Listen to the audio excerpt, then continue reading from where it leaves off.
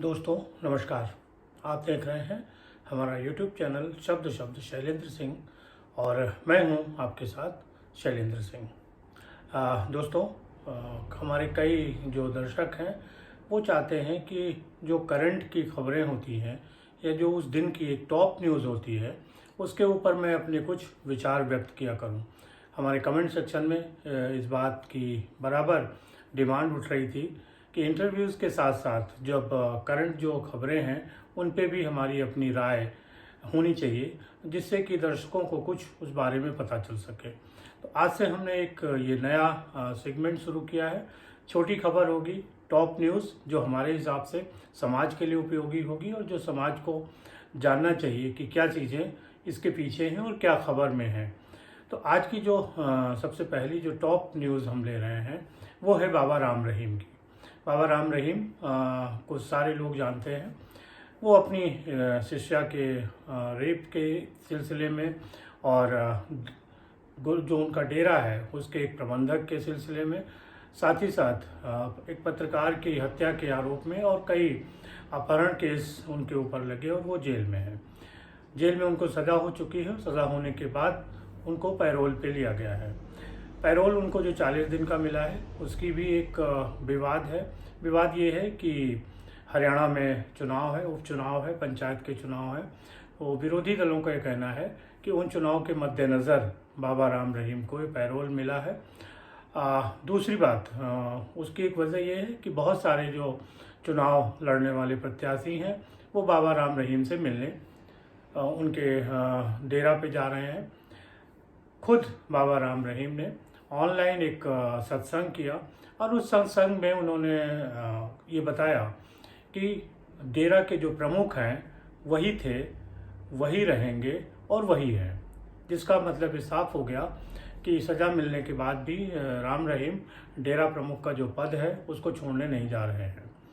दूसरी जो खास बात यह है जो राम रहीम ने कही वो अपनी शिष्या हनीप्रीत को लेके कही। हनीप्रीत राम रहीम जब जेल में गए उस समय चर्चा में थी, विदेश गई, फिर उनको पुलिस ने अपनी कस्टडी में लिया। उसके बाद वो छूटी। तमाम तरीके की खबरें रही हैं जिन्हें आप सब लोग जानते हैं। नया जो विषय है वो ये है कि राम रहीम ने कहा है कि हनीप्रीत उनकी जो धर्म बेटी हैं वो डेरा की एक मुख्य कर्ता धर्ता होंगी। मुख्य तौर पे उनको नंबर 2 की अगर कुर्सी पे माना जाए तो ये माना जाएगा कि राम रहीम के बाद हनीप्रीत को अधिकार प्राप्त है। हो सकता है कि आने वाले दिनों में राम रहीम कुछ डेरा की मुख्य तौर पे जिम्मेदारी भी हनीप्रीत को दे दें। हनीप्रीत को देने के साथ ही साथ ऑनलाइन जो प्रवचन था, सत्संग था, उसमें राम रहीम ने अपने सदस्य जो सेवक थे, अपने जो सेवादार साथी थे, उनके जो अनुयायी थे, उनको ये संदेश दिया है कि हनीप्रीत का नाम अब रूहानी दी हो जाएगा, क्योंकि बहुत सारी दीदी हैं उनके डेरा में, तो रूहानी दी के नाम से उनको जाना जाएगा। यानी रूहानी दी यानी रूहानी दीदी। तो हनीप्रीत का नाम बदल के अब रूहानी दीदी हो गया है।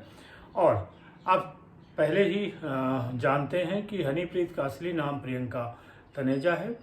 वो स्टूडेंट थी। स्टूडेंट के समय ही बाबा राम रहीम की उन पे नज़र पड़ी और वो उनकी करीबी बन गई। चर्चा में बहुत सारी चीज़ें रही। बाबा राम रहीम के अपने शौक़ हैं जो गाड़ियाँ चलाने के हैं, टीवी में एक्टिंग करने के हैं, सीरियल्स में हैं, टीवी फिल्में हैं, बहुत कुछ उन्होंने किया है। विवादों में रहे हैं, लेकिन जो सबसे बड़ा विवाद था वो गैंग रेप, हत्या और अपहरण जैसा था, जिसके नाते उनको अदालत ने सज़ा दी और वो जेल में थे, पैरोल पे है। एक जो बड़ी बात है, कहा जाता है कि अगर किसी के चेहरे पर से नकाब उतर जाता है तो दुनिया उसको समझ लेती है कि इसकी सच्चाई क्या है। लेकिन इसे दुख कहें या समाज की नासमझी कहें, बहुत सारे बाबाओं, गुरुओं के चेहरे पर नकाब उतरने के बाद भी उनके फॉलोअर्स की, उनके अनुयायियों की संख्या कम नहीं हो रही है। ये एक समाज के लिए सोचने का विषय है कि ऐसा क्यों है। अगर अदालत ने उनको सज़ा दी है तो निश्चित तौर पे उनका दोष होगा, और अगर दोष है तो वो इतने लोगों के फॉलोअर कैसे हो सकते हैं, इतने लोग उनको कैसे फॉलो कर सकते हैं। बाबा राम रहीम के साथ ही साथ दूसरे भी तमाम जो गुरु हैं उनके साथ भी ऐसे ही हालात हैं। तो जनता को एक बार समझने की ज़रूरत है कि वो जिन लोगों को फॉलो कर रहे हैं, जिन लोगों के पीछे चल रहे हैं, वो कैसे हैं और क्या हैं।